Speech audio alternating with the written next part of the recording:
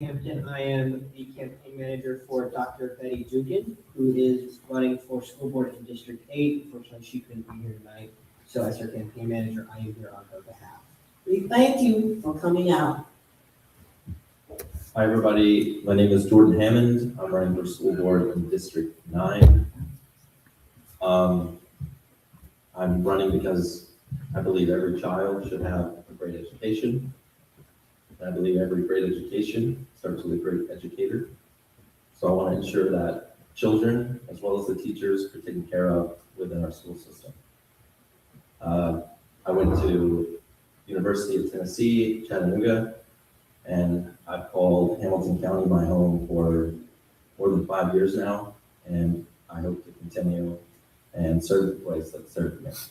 Thank you for coming out. Since you hit on the first question, let's go to the second question. The first question for the public, though, I need to put it out so that everybody can understand what the question was. The first question was, please introduce yourself. Include your district, community groups or organizations related to public education, civil rights, political party affiliation, qualifications that make you uniquely different from other citizens of the county, and why you chose to run for school board. Question number 2.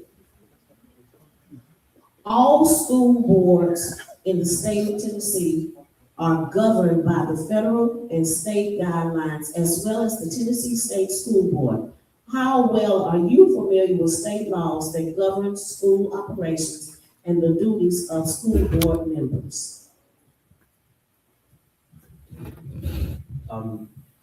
I am not a politician, not a lawyer. Okay. I am newly familiar with the laws regarding schools. I'm learning more every day. It's something I'll continue to learn, but I can't say I'm an expert on any of the regarding laws. Thank you for your truthfulness. Dr. Dugan is a teacher first and foremost, so she is very familiar with the policies of our county school system, as well as the policies of our county school board. She's been attending those meetings since December, when she decided to run and being familiar with those policies. She is also an anthropologist, and so she loves research, and she has, on many occasions, been doing her due diligence to become familiar with Tennessee code and Tennessee law, county code, school code, and of course federal law as it applies to our local education. Question number 3. School board members have the authority to approve hiring and dismissal of school employees. What are some of the reasons you think a non-tenured teacher should be dismissed? Keep in mind, please, that these educators have received extensive training from the system, and the trainings are costly. Take time to perfect, and mentoring does not always happen. I think that there's not one rule or one statement that can be made to say what is a qualifying reason for anyone to be dismissed when time and effort and our resources have been put into someone. But I do think it is a community decision to speak up when anyone has made a violation, has done something inappropriate, to deserve removal from their seat. So it shouldn't be in one person's hands to decide what's a fireable offense, but I think everyone should be heard in what is. I'm going to piggyback off of what Jordan said. Dr. Dugan believes that when we have decisions that need to be made about staffing, especially in regard to teachers, there isn't a one-size-fits-all policy. We need to scrutinize the situations as they arise and make decisions on a case-by-case basis. Obviously, there are certain things that should almost unilaterally or entirely unilaterally lead to the dismissal of the teacher, whether that be inappropriate behavior or legal violations as it applies. But we certainly need to make these decisions conscientiously with community input on a case-by-case basis. Question number 4. Hamilton Hamilton County has a terrible track record of violating the educational rights of special needs students, which has often led to the system being required to show proof of complying to federal guidelines under PL 94-142. Are you all first familiar with PL 94-142? I am not. Okay, so let me explain what PL 94-142 is, because it's not fair to ask you a question if you don't understand what the reference is. Public Law 94-142 is the law that governs the rights and responsibilities teachers have to educate students with disabilities. They used to be called special ed students, but now they are called special needs students. And contrary to popular belief, there are multiple situations that you can receive special services. You have health impaired, you have various learning disabilities, and oftentimes they leave out gifted and talented children. These children have special rights, and accommodations must be made according to this Civil Rights Act that was passed by the United States Congress and has been upheld by the Supreme Court in order for them to receive a legally appropriate and equitable education. And by equitable, they mean that these children get the same type and quality of education that a regular ed child receives. So it is put in place to guarantee that all citizens are educated equally, regardless of handicaps. With that being said, how well are you familiar with both federal education laws related to special ed? So we know that's going to be kind of hard. But we're more concerned about students' rights and the role of board members have in ensuring that the school system adheres to these guidelines. And the question is in place is because historically, Hamilton County school systems have been under the United States Department of Education's oversight because they have a terrible track record going back years and years of violating the rights, educational rights, and not giving appropriate accommodations to make sure these students are able to graduate with a high school diploma. Well, on that, I would say, public education is for all students. It's not for a select group. It's not for those who are easiest to teach. If public education is for all of us, then it is for those who need a little extra help, who need a little extra assistance. So I think in policy, assistance for children with special needs should be tied with the regular support of students. We shouldn't be allowed to take away from some and leave others floating. No one should drown while the others are on the boat. So these are children who deserve an education like anyone else.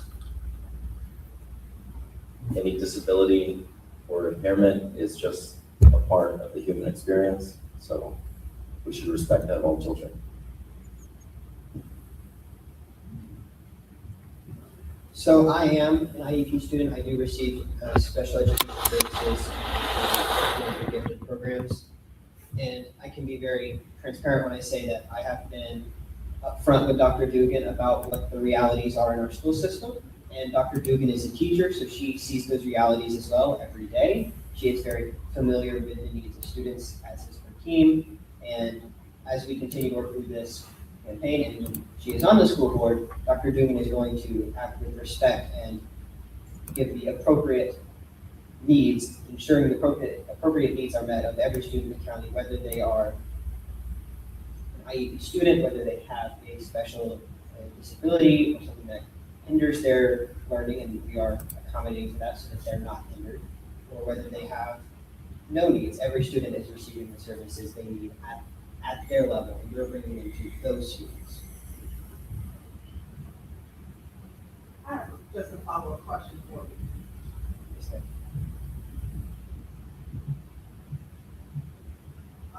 So, also a member of Alpha Kappa Sorority Incorporated, Omega chapter. And just to follow up for both of you, I love what you all are saying, what you're both saying. It sounds very aspirational, and I think that's part of the goal, because we want to have something to hope for. But can you speak more practically to your familiarity of how these problems are already being solved and what you might be doing or interested in doing to improve upon? I can say that Dr. Dugan is and was and remains very concerned about how at the end of last school year, as we were going through the budget process, funding for special education was cut.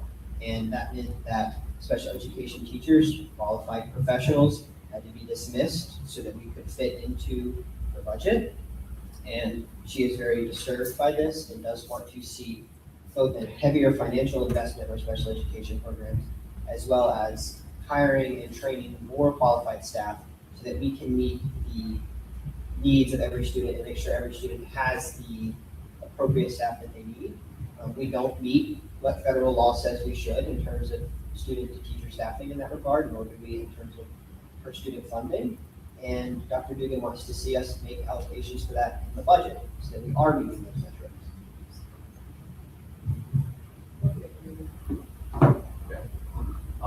In regards to specifics of how we're to protect the budgeting and the rights of the special needs students, I don't have the one answer. I don't have the fix. I'm welcome to all suggestions. Welcome to hear what the community has to say, what parents of special needs students have to say. I want that input, I want that advice, but I don't have the answer right now.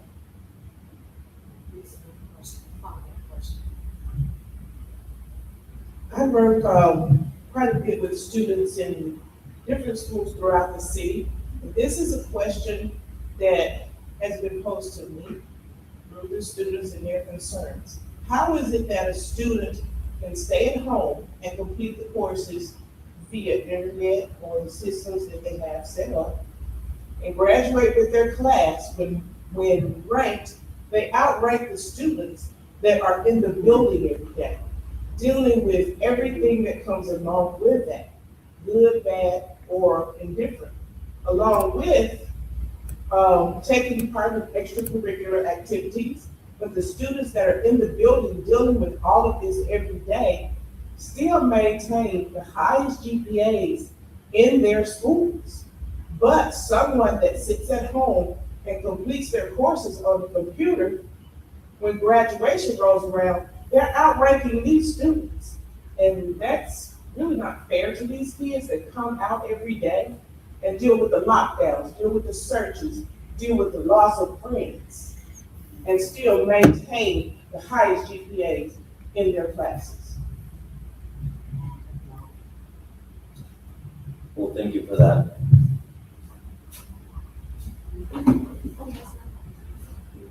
I'm not sure.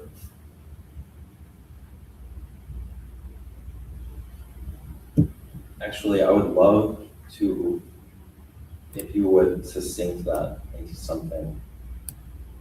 Can I paraphrase? Okay, so here's the issue. Many students in Hamilton County are staying at home and using electronic programs like, what is it, Ingenuity? And they're staying at home and doing the work online. Yes. The question is often raised by parents, is that how do the teachers and the people who are on eligibility actually know that it is the child that is doing the work and not someone else? Or what is it, AI? And not only that, the kids are at home in their pajamas to do the work when they get ready. Whereas you have students that are in the building every day, going class to class, dealing with the things that may come along in the building, fights, lockdowns, dogs are coming in searching the building. They lose friends and still have to come back to school the next day and work with counselors. They're in extracurricular activities. They're representing their school, some as ambassadors. But when they get ready to graduate and they rank the students by their GPAs, the kids that are at home taking their courses online are outranking these kids that are in the building every day. And the kids that are in the building every day are maintaining those GPAs, the 4.0s. How is that happening? Because the frustration with the students is they don't feel as though the work they put in is worth it. It's almost like a slap in the face to them. And that's not to demean anyone that has chosen to stay at home and do it via ingenuity. So that is a perspective that I haven't considered, what inequalities are in between students who are putting their full effort into getting up every day, worrying about what they're gonna dress, being self-conscious around their peers, worrying about going to school breakfast, lunch, catching a bus, Peer pressure. yes, peer pressure, bullying, needing to meet so many time constraints. While some students are taking online courses, they have much less of these strict schedule requirements. It seems like these students may be getting away with kind of jumping over the system, getting an easier task. And the rise of AI is a concern. I've definitely used it myself. I can see where it leads you in directions that may not be your own. It thinks for you, and you stop putting in as much effort as you may before. So I think that's a great concern that should be raised in controlling how students have access to it and ensuring that they're safe for using it. But that's, those same risks, maybe not at the same level, also come with having complete Google access while you're doing assignments at home. And so I can see that concern that these students are ranking in the same place and there's no distinction between students who have put full effort, who've gone through it all, and students who have just, That at home, baby, John. yes. So because this is a new perspective, a new concern to me, I can't say that I have a strong opinion on it. I know there are concerns within there, but I'm definitely open to speak more about this. If at any time you want to further your concerns with it, and if you have ideas of what needs to be implemented, I would love to hear them. To follow up with that, what part are you gonna take in even addressing this and bringing it to the floor? Would this be something definitely that you would support and push? Because this question actually has come from kids that I've dealt with throughout the years. So when I go back to them, I can say, well, yes, we're gonna have an advocate in there. May not help the seniors graduating this year, but those coming along. So is that something I might be able to say, that if you are elected to that seat, that you would be an advocate actively for the students that have this concern? I hope that I'm being an advocate for everyone in the system. And of course, I wouldn't want to take away online at-home opportunities for students who truly need it, for students who can't go to school, who have health issues, who maybe have special needs and do require being at home full time. So it's a balance between how do we protect the system from being abused? How do we prevent students from undermining their own education? And how do we still maintain this system that provides for those who can't follow the regular path? So, as I said, I would love to hear more. I would love to know how all these concerns interlace and what resolutions that you may have, or anyone else on the topic. So please see me after this. I'd love to hear it. I want to say first, thank you for bringing this to my attention, because this was not something I was aware of either, and I'm sure, I'm sure Dr. Dugan is not familiar with it as well. So allow me to speak from a little bit more personal standpoint than on behalf of Dr. Dugan, because I will be bringing this concern to her, and I will be sharing your concerns with her and my take on them as her campaign manager. That's my job. I think first of all, we need to look at what Edgenuity is providing us. Is Edgenuity providing us something that is extra than what our kids are getting in the classroom that is helping the kids who use virtual opportunities? And then on the other end of that, is Edgenuity providing us with an adequate system to flag, check for, prevent the use of AI-generated answers and responses in the classroom? Because I do know, as a student, that there are a number of students who do that in the Edgenuity platform, and that's not fair to the student who does it. It's also not fair to all the students who are doing their work. So I will be bringing that to Dr. Dugan, and I can tell you that she is an advocate for all of our students. So when she gets on the board and she starts to, these issues come up and they're brought to the board, and she has opportunities to address them, or she makes opportunities to address them, she's going to ask for, what are we doing wrong? Is there something wrong with the software? Is there something good about the software? And how can we make sure that we're balancing those metrics? But she talks a lot about cross-county collaboration, going and saying, hey, is Davidson County doing something better than we are? And she would apply the same logic to this situation. And then Jordan also brought up another good point that our school monitored devices are heavily restricted, and that is a good thing. There's a lot on the internet we don't want, especially our younger students accessing on their school managed devices. But with that comes often that certain sources are restricted, some that are helpful. I take German, a lot of German language sources are restricted because they have foreign webcodes.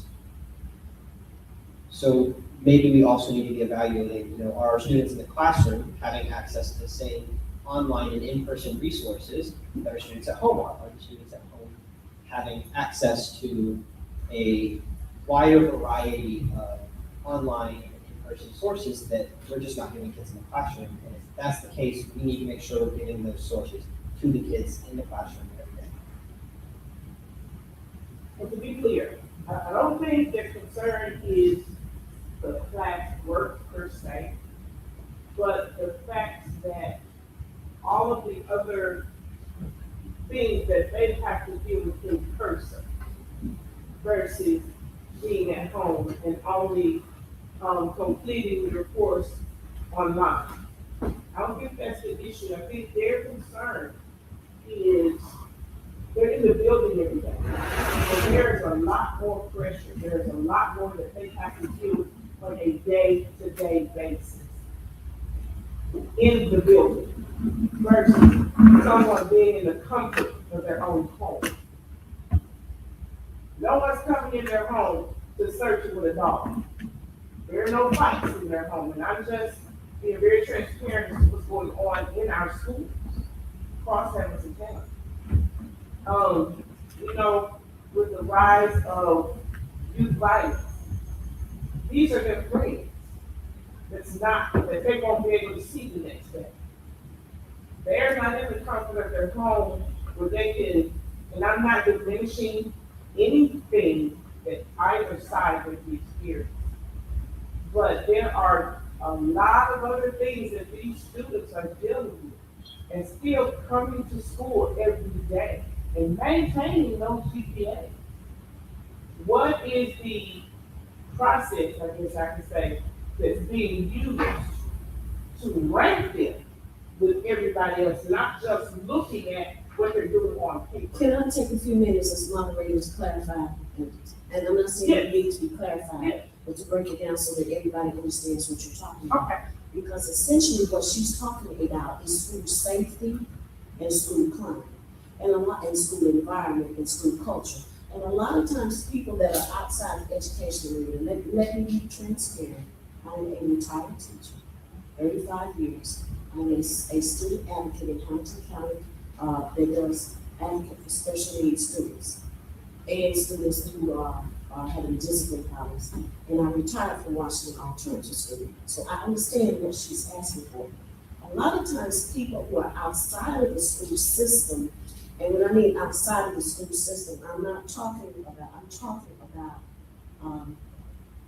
citizens who don't have children in school, and they have graduated from school 5, 10, 15 years or more. They have a picture of the school climate as it was when they graduated, and are not dealing with the social impact that is happening to our children today.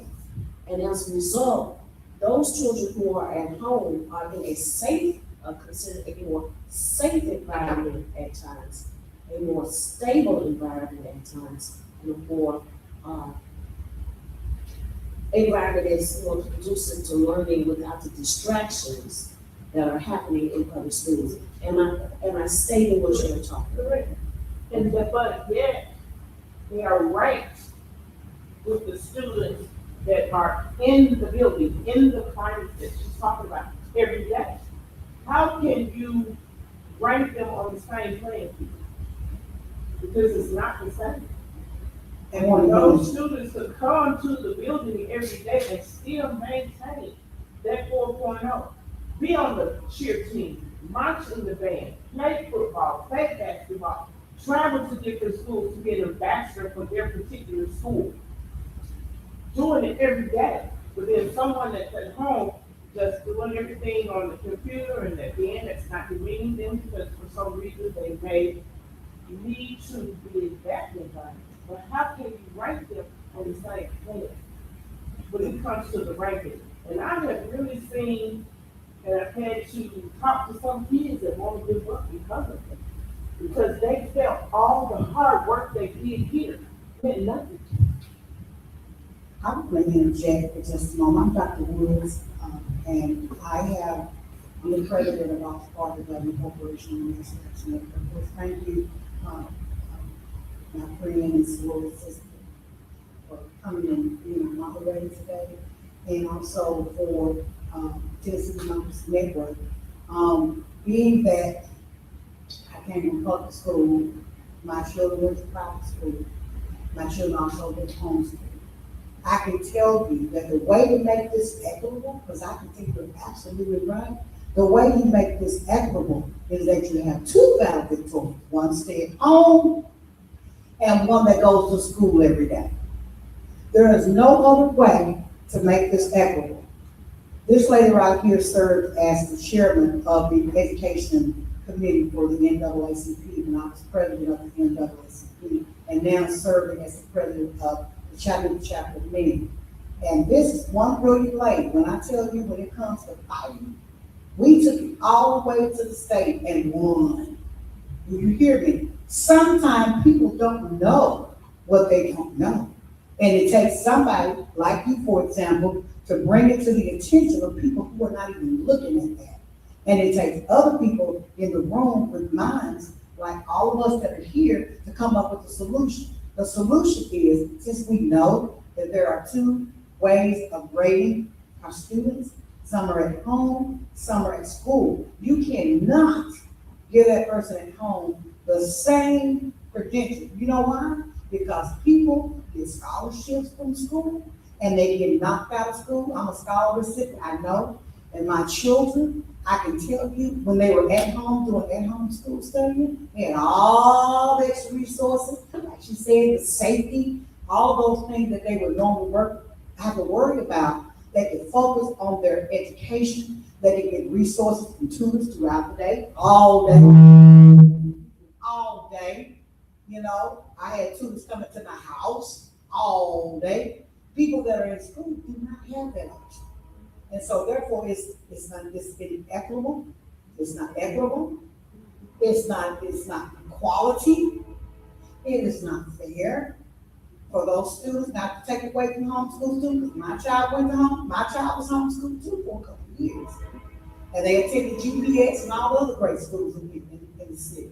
So they've had the best, and they've had the rest, and they've done the best. You understand what I'm saying? So we have to separate those homeschool students, like valedictorians, from those who are at school, and award both of them. That needs to be changed. That's a policy that me and her is gonna be like, we're gonna fight for that, because that's what's right to do. So if you're running for school board rep, we're gonna come to you. In fact, we're gonna put it in the paper anyway.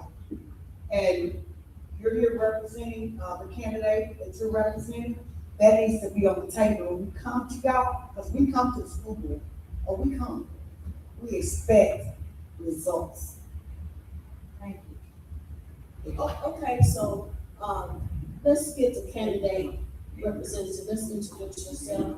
We'll just join, tell us who you are, who you're representing, and we'll give you a chance to answer some questions also. Sounds good. Hey guys, my name is Jeremiah Chambers. I'm here representing Michael Chapman. Unfortunately, he had a conference that he couldn't do tonight. And so he's a really great guy. He's running for school board in District 5, which is everything out of the other side of the bridge, all the way up to the river. And so it's Brainerd, East Chattanooga, all those areas, the Washington Hills, like the Hills, all those nice areas. So the great thing about it is we have a 5T plan. So it's togetherness, thriving schools, transparency, trauma-informed schools, and teacher support. And so it's truly where we come from a perspective here in District 5, where we have both of our minority high schools, not including Howard. So we have Tyner and Brainerd. And so we want to make sure that our students have the opportunity to truly learn, thrive, and succeed wherever they are. I'm a District 5 student myself, growing up in District 5 schools all my life, went from Woodmore to Dalewood to Tyner. And so when I look at Michael, who had a very similar upbringing to me, but also was a Brainerd grad, even though I'm not a Brainerd grad, you know, make it a little bit easier to support him. So, but yeah, so I'm here for the So we're gonna move on to question number 5. First though, before we move on, I wanna thank you all, the people in the audience for your questions, because they were very in depth. And I wanna thank you candidates, and candidate representatives for taking your time and putting it in serious thought. Because I could tell by the way you all were looking, I was looking at your facial expressions and watching the pauses and the body language. This is something that you all are taking very serious. And I'm very thankful, first of all, for you to show up. And I'm very thankful that you all are taking these questions that are coming from the audience very seriously. So I respect that and I thank you for that. Next question is a little different. It's related to community. Many community organizations are attempting to impact what every child can be taught, which oftentimes conflicts with Tennessee's parental rights and school laws. An example of this is banning books that small groups in the community find offensive. How will you guarantee that parents who are not offended and desire their child to be able to read these books have their voices heard and the lessons are covered in the class, while also accommodating parents who do not want these lessons taught? And if I need to expand on the Tennessee state law, I won't have a problem doing so.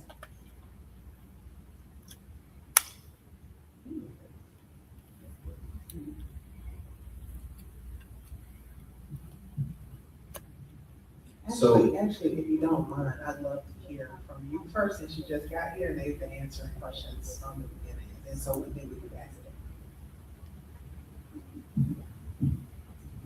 So I can kind of answer this in a two-pronged perspective. Number one, I was in high school. I was at Tyner Academy when the book band started to roll around. And I remember getting to watch some really amazing community leaders truly come in, which actually showed an impact. I remember one of the biggest things I was said is, if you're not going to stand your books into the system, then you shouldn't have the right to tell them that the book should be standing anyway. And I think that's what we truly have to think about from our perspective, especially when we're looking at it from our campaign approach, making sure that all of our parents are informed of things going on in our schools. That's one of our number one pillars is transparency. So making sure that our parents have an understanding of what's going on with their students when their students are at school each day. And from those leadership perspectives, whatever that may be. But most importantly, it's just if a parent feels comfortable and that they want to make sure their student has a lifelong approach to learning, what it means to truly be a part of the community, to learning what it means to help make sure that the community stays better. And if there's a book that can truly help educate them in doing that, then those books need to be in our schools, especially if they're age appropriate books.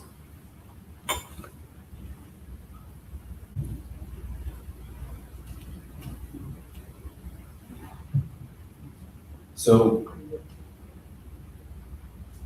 in regard to some people wanting to limit education in the school due to their personal beliefs or their being offended or their concerns for their child,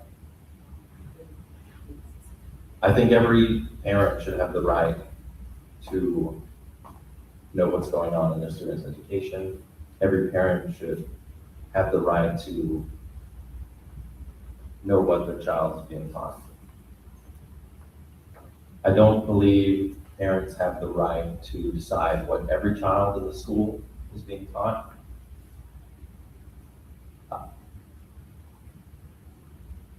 The point of school is to give a broad education to students, to introduce them to new ideas, to introduce them to new people, and to make them well-rounded. And so no one should be dictating that this piece of education is not fit for the entirety of the school. We have librarians who are experts in curating a book list for the library. We have teachers who are experts in the subjects they're teaching. We have policy that lays out serious concerns for something that might be harmful for anyone at a young age. But the school is there to provide an open access to education for all the students. If parents want to decide something is offensive for their child and they don't want their child to be involved, they should be able to speak with the school about it. They should be able to bring that concern, but they shouldn't be able to dictate for all. As for laying down policy on how to go about ensuring that the curriculum is maintained for all students, I don't have a complete answer, but I am open for the community's input because I want every child to get their full education. So I would love to be guided in how that's best done.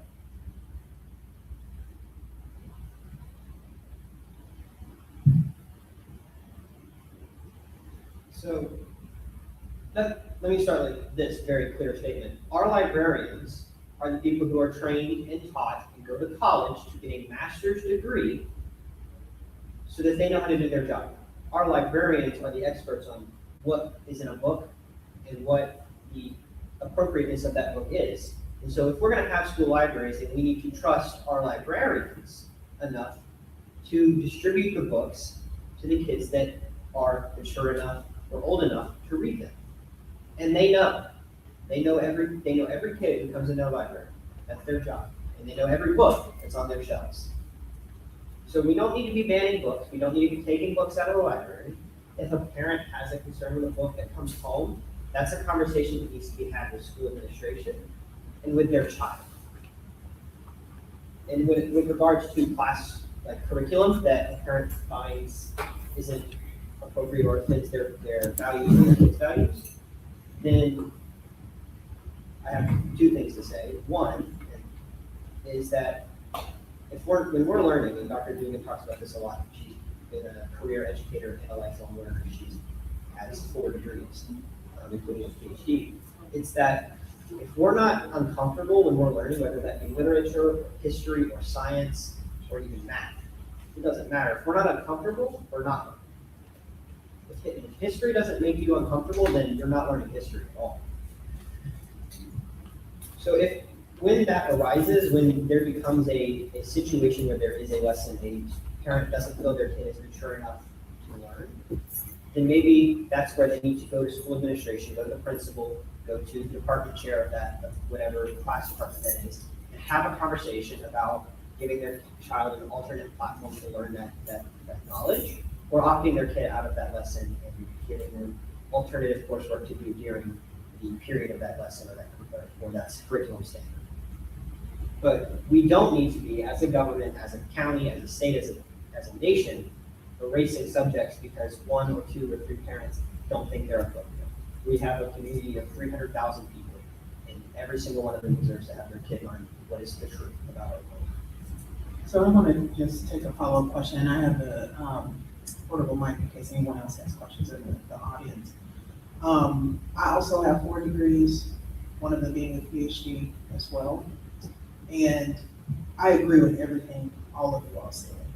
But part of my role in my current job is also looking at federal, state, and local policies for education, K through 12 and higher ed and alternative. And I just want to speak from both sides of that argument, even though my agreement lies strongly with it doesn't make sense to me. What do you say to the parents who say, I hear that, and also my religion, my ethnicity, my background, the way that I raise my children, I do not agree with these things being brought home or taught in the school or being forced on my child in this curriculum. What are you prepared to do for those parents who are looking for, and I hear you say, one option is to opt out, but then you're also putting some additional pressure and burden on the teachers who are individuals who have to teach that class. And I'm sitting next to also a professor of English who teaches on the college level as well, who may, be able to just give you some additional insights from when those same children go off to college. So what is it that you say to those parents who say, for whatever the reasons are, it may not be because I disagree with history, it may not be because I have some issue with the book itself, but my family dynamic and my subculture doesn't agree with that. And so I'm part of that diversity and inclusion too. So how do you speak for me at the same time?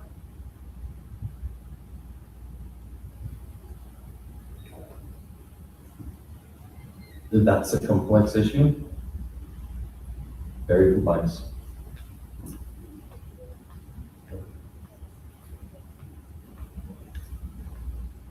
We don't go to school to celebrate our religions. We don't go to school to celebrate our family or to put our beliefs first. We go to school to challenge our beliefs. We're going to school to meet a curriculum, as I've stated, to get a broad education. The school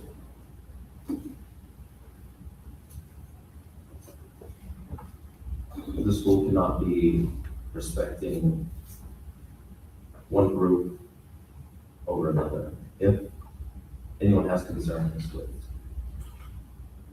their beliefs are being challenged or their culture is against what is in the school system, it's a high up issue.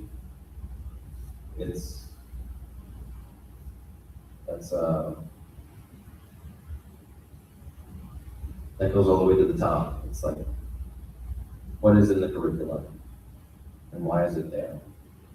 If anyone can raise good reasons for why a curriculum shouldn't be there, we should go to those who have created the curriculum and propose would this be better? Of course, you can't just go to those who have established what is a appropriate curriculum. You don't just have that easy access. So again, that's a complex topic. And that's something I would love to have a conversation about and know how you feel about that. Oh, no, I agree with y'all. I'm just saying there's another side to this that has to be considered. If you don't mind me asking 2 things, Dave. What is your name, but also, what was the question? So it was in response to you all answering the question about this sort of issue related to banning books. but I'm Dr. Sylvia Gray, and my response to you was, what do you say to the opposite side of that, who says, I do believe in either banning books, or there are very good reasons why I feel like books should not be taught, certain subject matter should not be taught in school, should not be brought home. How do you speak for all parents and all students, not just on the single side of, yeah, this is wrong, but taking into consideration why people feel like it is a challenge for them, and what do you plan to do for those parents? Definitely, Dr. I think we get into the weeds when we want to establish what we think are a one-size-fits-all approach. And I think the biggest issue there is that, especially when we have parents who raise concerns, who want to actually like make sure that their child have their best interest at heart. Because I think, especially from our perspective, every parent tends to have their child's best interest at heart.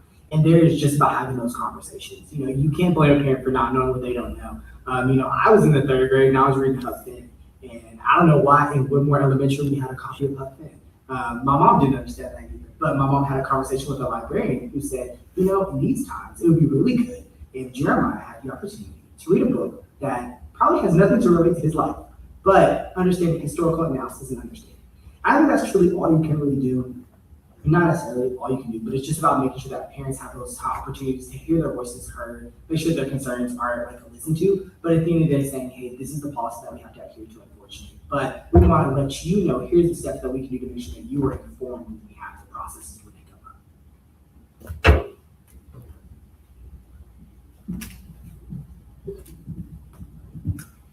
One of the big elephants that's not in the room today is our legislators.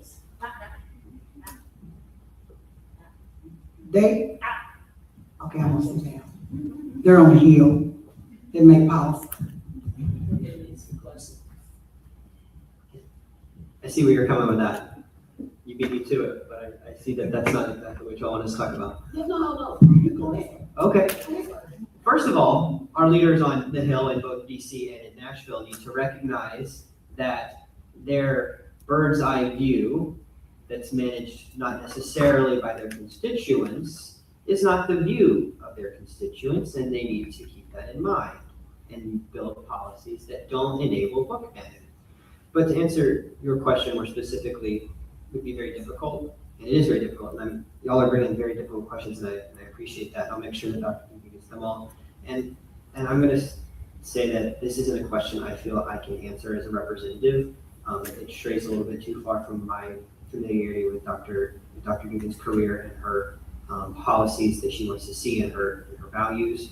So what I am going to do is, at the end of this, get your contact information as well as give you hers, so that you can set up a time to get a more specific answer from her, because I don't want to lead you astray with too much of my own personal opinion. And I'm going to do that with everybody here who brings up a question I can't fully answer. We'll give you grace, because what I'm going to suggest, because the questions that are on paper are being extended and espoused on much greater detail by the guest, please take the questions to your candidate and give them the opportunity to familiarize themselves with the questions and come up with some potential solutions. Because I have a feeling that these questions are going to be things that are going to come before the school board when the elections are over.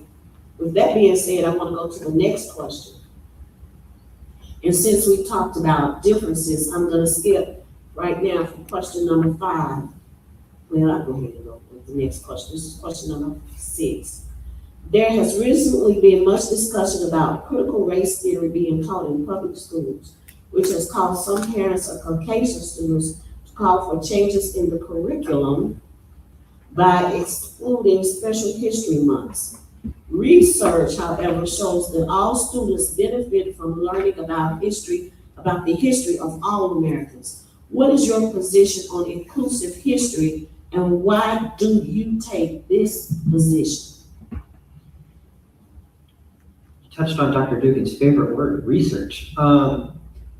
You're right. The research shows that students learn best when they learn what is true and real about history. And Dr. Dugan is a cultural anthropologist. So as a professional in that career and as a professional as an educator, she very strongly believes in every child learning what is real and true about our history and our culture.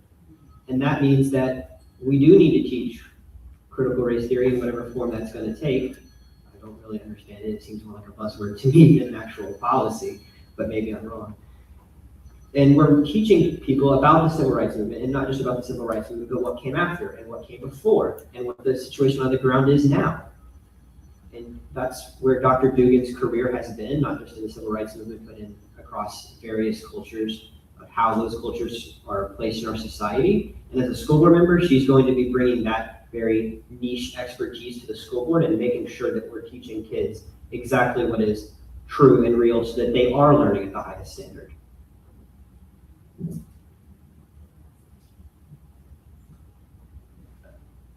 As far as I know, critical race theory is a college level course, college level curriculum, and it doesn't affect our public school system unless this is to just group together all teaching about race, which we don't get to decide what is in the history book. We put in the history books what happened in history. Critical race theory is heavily involved in America's history, and we're in America's public education system. What a better history to learn than American history. I don't agree with removing the struggles that have taken place in American history. And I am in full support of an accurate and honest representation of Americans to the students. Did you have a question?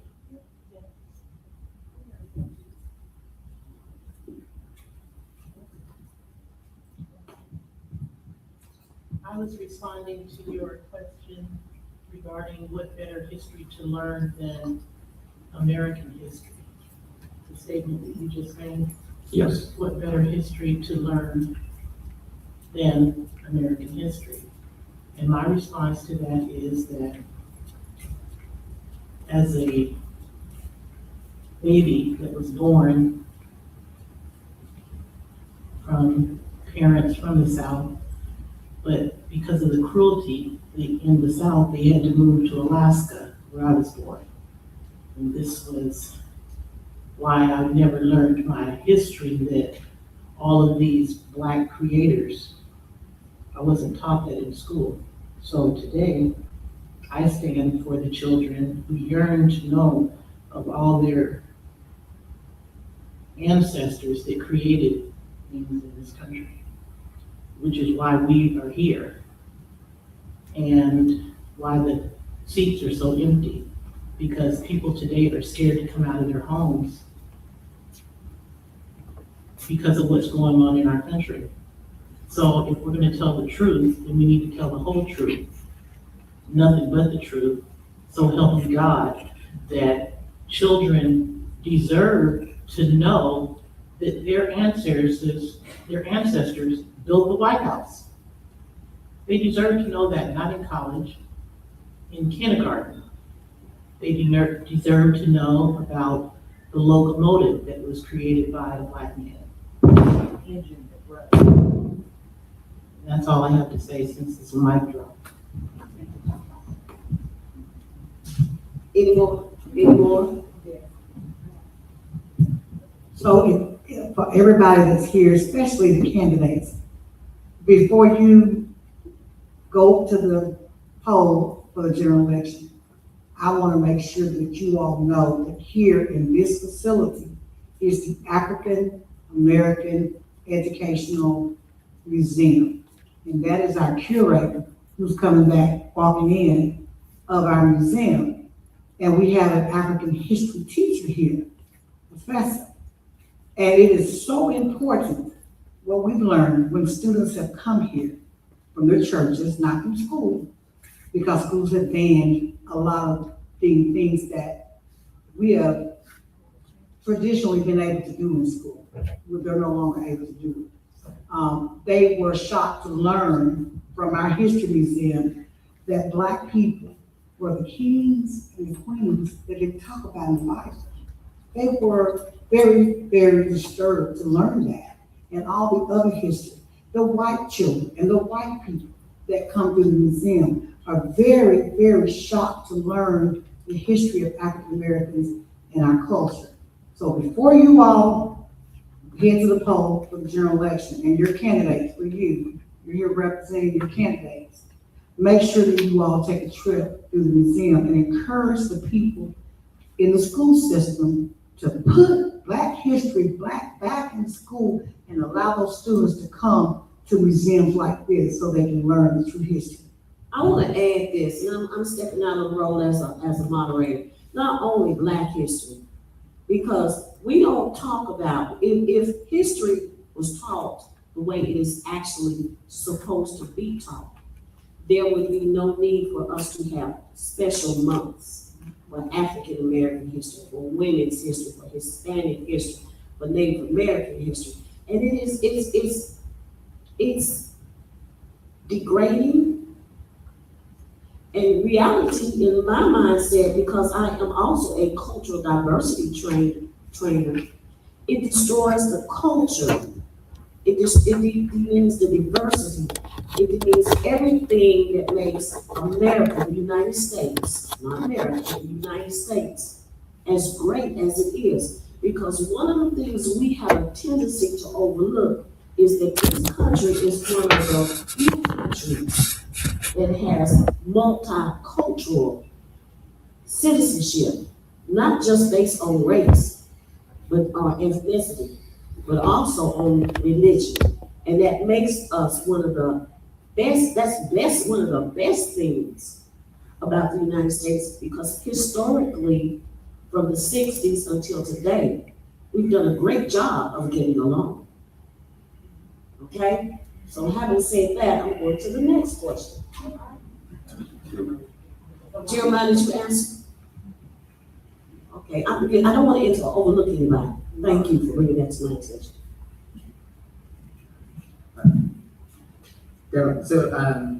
Sorry, I'm in my final frame. So, for me, how I want to answer the question, especially when it comes to critical race theory, talking about how we work together in our school. That's one of our 5 key plans is togetherness, but also coming from with a historical understanding, but especially in schools in District 5, have been some of the most historically marginalized schools in the county.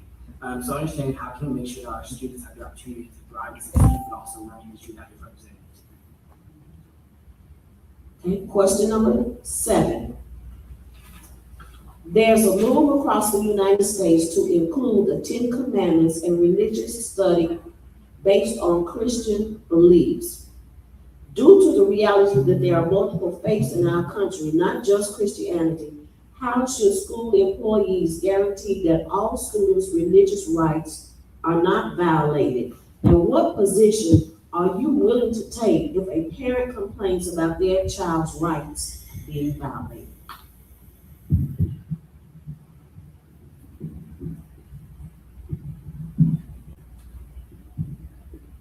Let me start very simply. Congress shall make no law respecting the establishment or of a national religion or prohibiting the free expression thereof. The first clause of the First Amendment of the first modern democratic constitution. It is an American principle that religion is not espoused or assaulted by our government. And that means that we do not teach religious values in the schools. We teach, and if we're going to, we have to teach all of them. And to everybody who wants to teach just Christian values, I'd ask them, and Dr. Dugan would ask them, and she does many times, to look in their Bible. Render unto God what is God's, and render unto Caesar what is Caesar's. I'm passionate about this issue. The Bible tells us that we are not putting religion in our government, and our government tells us that we're not putting religion in our government. So to me, it's an open and shut issue. Either we're not going to put the 10 Commandments in schools, and that's the solution I prefer, or we're going to put religious values of every religion in the schools. We're going to have the Torah, and we're going to have the Quran, and the Hindu religious texts. Like, I could not pronounce those words, so I'm not going to try. and Mayan religious texts and Greek religious texts. They're all going to be there. Which one seems more financially and logistically feasible? The first one, that we're going to have none of it.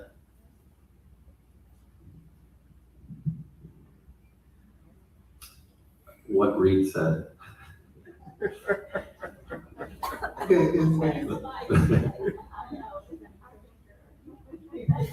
Yeah, River, he said, so he's one of them, but did he tell y'all that he's going to Denson in the fall? So he's going to exactly see, he's going to be fire. He's great. Say it one more time. Denson. You coming back, right? That's the plan.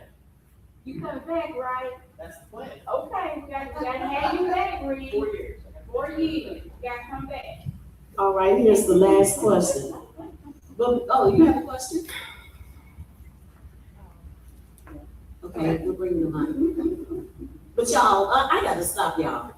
I have to give you all a shout out because this has been one great exchange with the candidates. You very seldom see this kind of participation in a forum. So I have to give a shout out to all of you here in the audience and to the candidates and their representatives. I'm amazed. I am truly amazed. And unfortunately, those people who are here, okay, that's on them because they're missing the tree. Question. In response to your statement about which one is more financially feasible, either to teach all the religions or keep it as it is. And so as it is, our children are dying because bullets are flying at the schools. So why not teach them all? And if we need more money, just print some. Okay, the last question, and this is gonna be kind of hot. What is your position on vouchers and public charter schools' impact on the operational budget of Hamilton County schools? As the LEA, and that's the local education agency, it is the county school system's responsibility to share information with other educational institutions when a former employee has violated a law which impacts an underage citizen. How can the school board guarantee that all information regarding that dismissed employee is factual and will be shared with other educational institutions?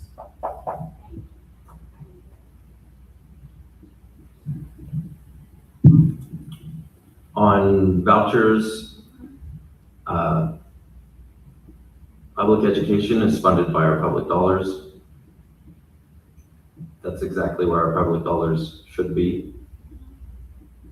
Private institutions are private. They hold the right to decline entry to certain students at will. They're not under the full jurisdiction of the community hearing Board of Education.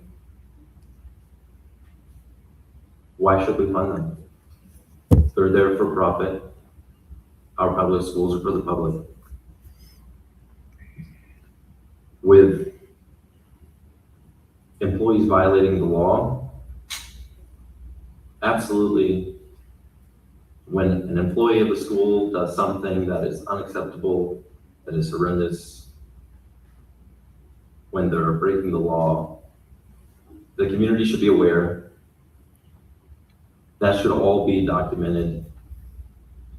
How to ensure that every fact about the situation is properly documented, is properly shared. That sounds to me the same as any other issue of communicating with the populace. There can be bad actors within documenting. There could be loss of documents. I think it's important to ensure that we are holding the school board, the school system accountable and holding pressure to them. when anything is out of alignment. I don't think I could say the position on vouchers better than my colleague. Public dollars stay in public schools, no more vouchers. And that's what Dr. Dugan believes, that's what I believe, and that's what the rest of the Democratic ticket believes. In regards to the more complex second part of that question, we have some great, actually, the second part of that question and the third. We have some great public charters in our county, and I think we do that system very well, especially compared to our peers around the country.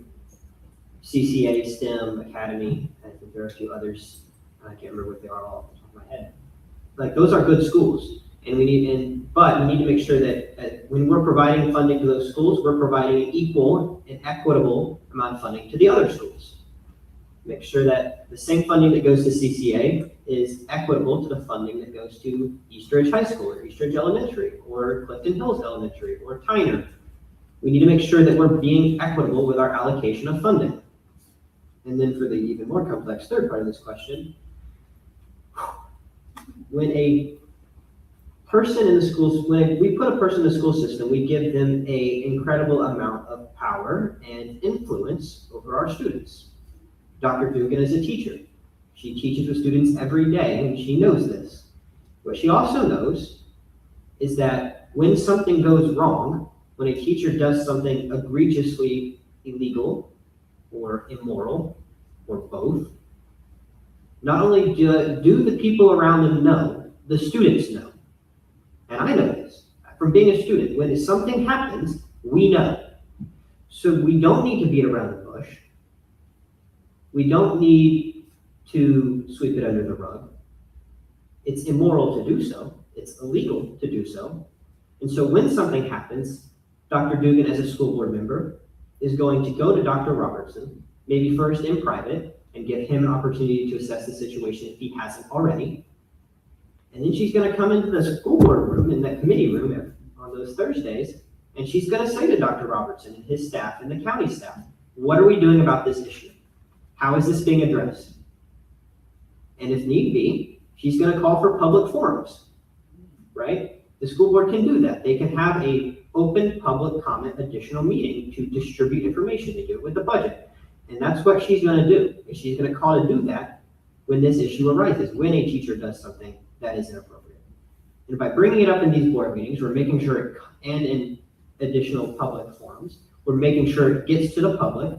We're making sure it gets to the media, who can then further make sure it gets to the public. And then we're making sure that wherever that person goes next, whether it be a teacher or a coach or an administrator, it's known. It'll show up on a background check. It'll show up on a Google search. Transparency is the role of a legislative, the school board is a legislative body. And oversight is the role of the school board. Oversight over the executive branch of our county schools, Dr. Robertson and HCS. And Dr. Dugan is going to use her power as a school board member to conduct oversight and transparency to the fullest power of the school board.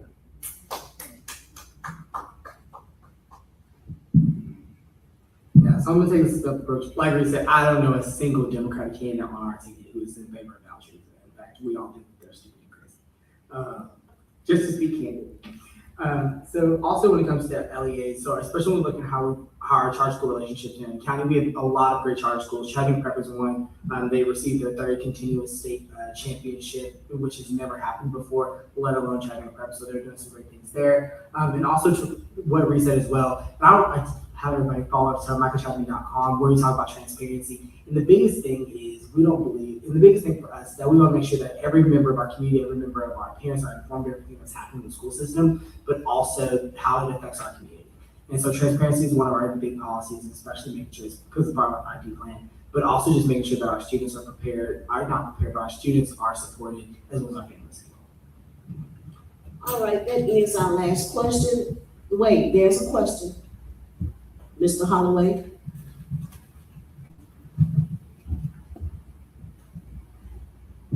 This question is concerning Howard High School. Neighborhood of Howard High School is undergoing tremendous changes. All you have to do is drive through it and see it.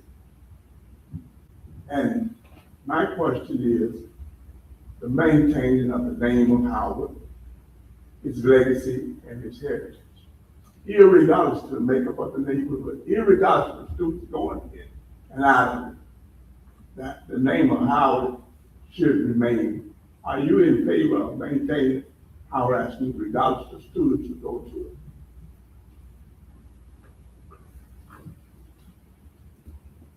I think those who are most invested in the school, those who have a strong opinion on it, as you may,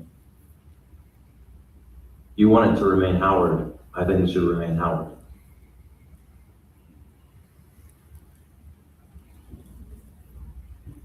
I don't think there's even a response to that question. I feel like the answer is just simply, why are we changing Howard High School's name? That's Simply because you're changing the makeup of the community. yeah. I don't see any need to change Howard High School. It's the historically. Can black I school. clarify, Yes, Mr. please do. Mr. Please Holloway? do. So historically, what happens, and this is happening all across the state of Tennessee, on the education arena, but I'm gonna speak to what's happened specifically in my hometown, Nashville. When a community changes, the people in the community tend to want to change the name of the building because they want to say it's their school, community school, and they want to give the school a fresh start. That's one reason why it happens. But I'm gonna take it a little bit further. A lot of times when schools continually fail, and I'm gonna explain why the schools fail. The schools don't fail because the children don't pass the test. The schools fail because the states increase the benchmark. They change the benchmark every 3 years, which causes some schools that are actually gaining academically to look like they're not moving forward. So it's a statistical, they're playing chess with the schools, which is impacting the reputation of the schools. And people get the idea that the school is no good, not knowing the laws and the regulations and the games that are being played on Capitol Hill in Nashville. The name of the schools are also changed because people in the community, like I said, they want to claim it as their own, but they don't realize the significance of that school to the people who graduated from that school. Let me give you an example. In Nashville, where I'm from, I went to Horton Elementary. Horton Elementary was a school that had been in existence in Nashville since the early 1920s. It was an African-American school, African-American teachers, African-American history, and it was named after an African-American. But because the school did not make the advancements that they thought it was supposed to make because of the things that was going on Capitol Hill in Nashville, the superintendent came in and changed the name of the school. I'm using Horton as an example, but the same thing happened several years ago at Howard High School, because it went from Howard High School to Howard High School, School of Academics and Technology. Then it went to Big Howard High School, and every time the school reached a state benchmark level, the state raised the benchmark, and to keep the school off the failing list, the superintendent changed the name. So the people who are Howard High School graduates in the 30s, the 40s, and the 50s, and beyond, when you change the name of that school, they lose some of that emotional connection because their memories are no longer valued by the people who are in that school. Does that make sense to you, Mr. Holloway? That's part of it. Okay. But the other part has to do with race. That's race. Okay, thank you. That's an issue also, because Horton Elementary, where I lived, was a predominantly and a historically Black school. It had many graduates from it was K through 9. It had many graduates from that school that went on to other colleges and universities. The same thing happened, and some of you older folks know, in Nashville, Pearl High. Right. When they integrated Pearl High, they actually closed the old Pearl building and changed the name of the school to the Martin Luther King School. And then they consolidated Pearl High to name it Pearl Cone and closed the feeder school to Pearl High which was Washington Junior High, which had a lot of historical African-American connections to the community. And all of that led into my alma mater, which is Tennessee State University. So what is happening just on the school levels, on the local levels, from K through 12, also can happen on the college level. And that is, in fact, destroying the community relationship that we as African Americans have with our schools and destroying part of our culture. Any other questions? And definitely erasing history. Any more questions from the audience? Okay, I thank you again. I thank you again for the level of depth of the answers that you gave. I can tell, and I think the audience can tell, that these weren't off the cuff canned questions that you all had practiced, and I thank you for that. Now I'm going to be ugly. Because we invited every school board candidate to come today. We invited members of every party to come today. Voting is going on. Early voting starts on April the 30th. Voting for the primary starts on May the 5th. I'm getting on my soapbox.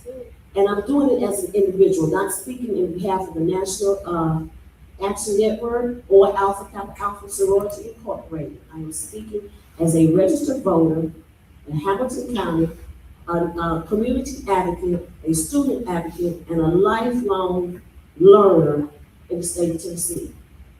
Education is the most important entity that we have in the United States. It is the playing field that levels access to success in our community. So today, if you're here today and you see this on Facebook, because I believe it's being live streamed, or if you see it on the YouTube channel on WPTV, please look at who's not here. Because their absence tells you what they think about the constituents that they're asking to represent them. If we're not important enough for you to come out and listen to us, how do you expect us to trust that you will represent us? I end my TED Talk.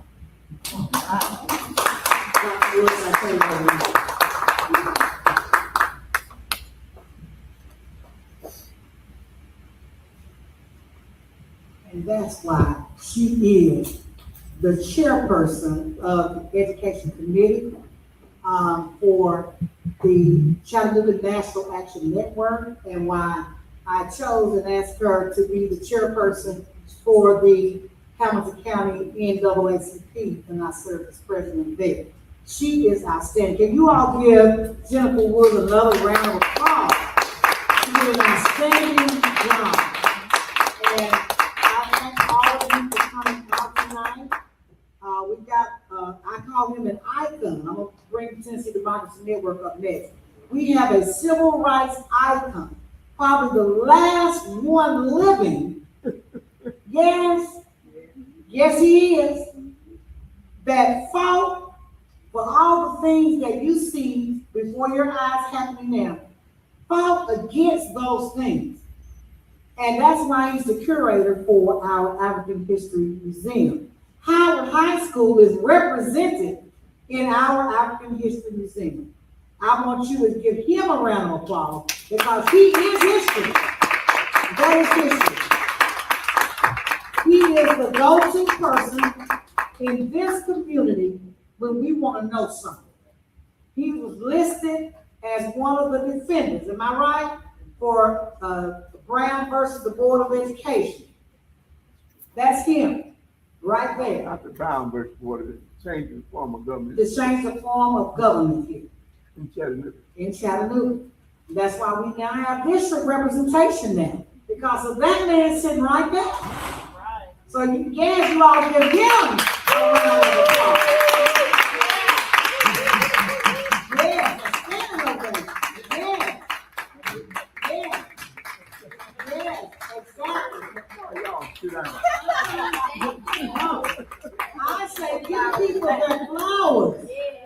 while they are here. Because when they're gone, they can't smell them. So you give them their flowers when they are here. And he is the person I call, that we call in the community when we won't know what to do. When we won't know what to do, we want a strategy on what to do. He is the person that we call if you want to know. That's him right there. That's him. And I love you, and I thank you for everything that you're doing for this community, not just Alton Park, but for the entire community of Chattanooga. And trust me, we're going to get with him, and he's going to tell us how to do what we need to do with the Board of Education. And Jennifer back there in the back, she is the other person that if you want to know what to do on the Board of Education and get some action done, you know what I'm saying? We know how to do to make it happen because she did it. Yes, for kids who were overlooked and mistreated, the special needs people that she called, those are some of the people that she fought for the most and won every time. All right. We brought them in from all over the country right here to Chattanooga just to make the point that we are not going to be a prison, a pipeline prison through our school system. That was Jennifer Woods serving as the education chair. Yes, give it up. And we changed that. And we changed that. Did we not, Jennifer? That's why we are enjoying that right now. And we're not going to go back. We're not going to go back. We're not. Because we still have some fierce fighters because of people like him. You know, they keep teaching us, keep pushing us, and we keep restoring ourselves and renewing ourselves when we get tired. And people like you, that stand in the gap when you know they're wrong, standing up for justice and equality for our children and education. Because like she said, education is the playing field that levels the playing field. It is. And I thank you all for coming out. And like she said, we invite everybody. And it wasn't just a week. It wasn't just 2 weeks. It's been almost a month. And we kept reminding you. I think we got a last reminder yesterday and one today. I'm not sure. To let them know this was important. This was important. And I'm going to thank WPTP, our media marketing expert over there. He has videotaped the live stream. It will be on the internet. On YouTube, WPTP, on Facebook, WPTP, on Instagram, Twitter, all of that. That is WPTP. That is one of 2 Black-owned radio stations in Chattanooga, and it's right out of this building. That's why we're here tonight. Thank you all for coming, and I hope that you all be well and you're successful. Thank you for coming. That was enough for me. Thank you. Let's give them a standing ovation.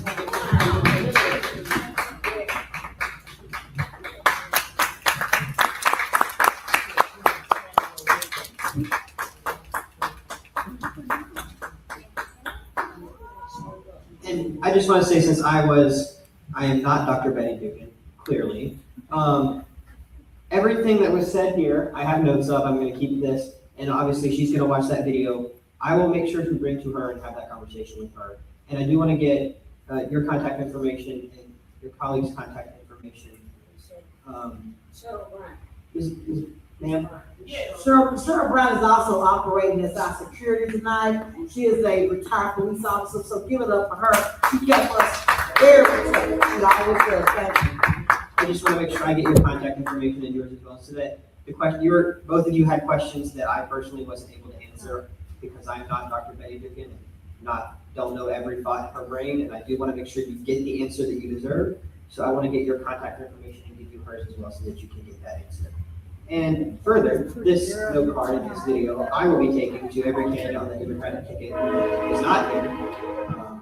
Dr. Walker, Representative Member School Board Member Connor, and Ms. White, to make sure that they know the concerns that y'all brought as well. And I'm sure that Jordan, being one of us actually running for office, will make sure that our colleagues know that.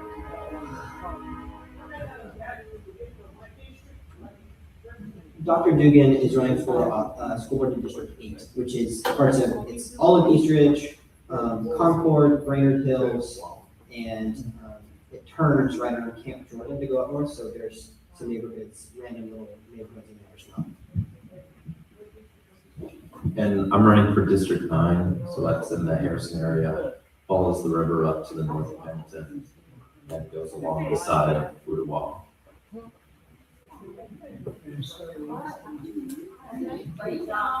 Thank you. Oh, yeah, we gotta take pictures, Michael. Like, can you get our picture with the Yep. Y'all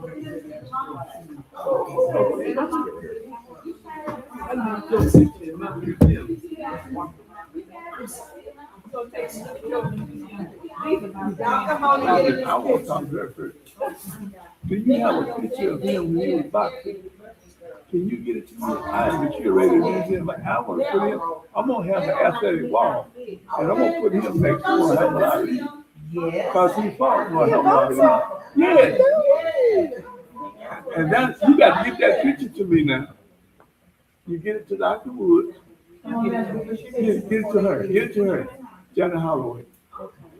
Like, you get that picture to her, and she'll get it to me, and we gonna put him in my museum. I got to have that picture. I got to have that picture. If it's so far, I got to have that picture. You have to fall against the wind. Now listen, when did you fight against the guy? It was before you were born. I know, but I'm 90 years old. You ain't got time. Yes, I am too. Okay. I'm 90 years old. What you mean he fought before?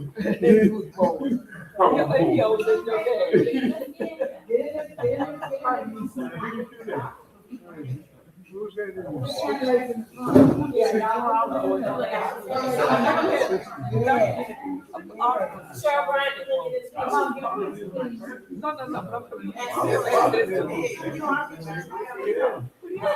I got to have your picture. I'm not joking. You got a picture of him when he was boxing. If he was boxing. If you got a picture of him when he was in his boxing outfit, I need a copy of it. I get your copy back to you. I can copy it. Okay. And I get your copy back to you. You have an email? No. Oh, send it to my son. Okay. His email is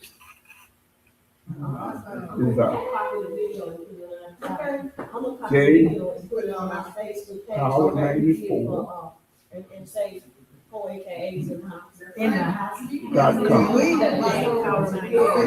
Yeah, that, he'll get it. I'm gonna tell him we looking for. Yeah.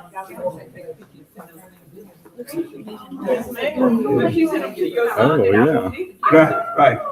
You know, picture to it too. I got to have that picture. Yeah, I got to have that picture. I got to have that picture. Cause I'm gonna be up in that next wall. I already got the picture that have framed me. I'm building up that wall.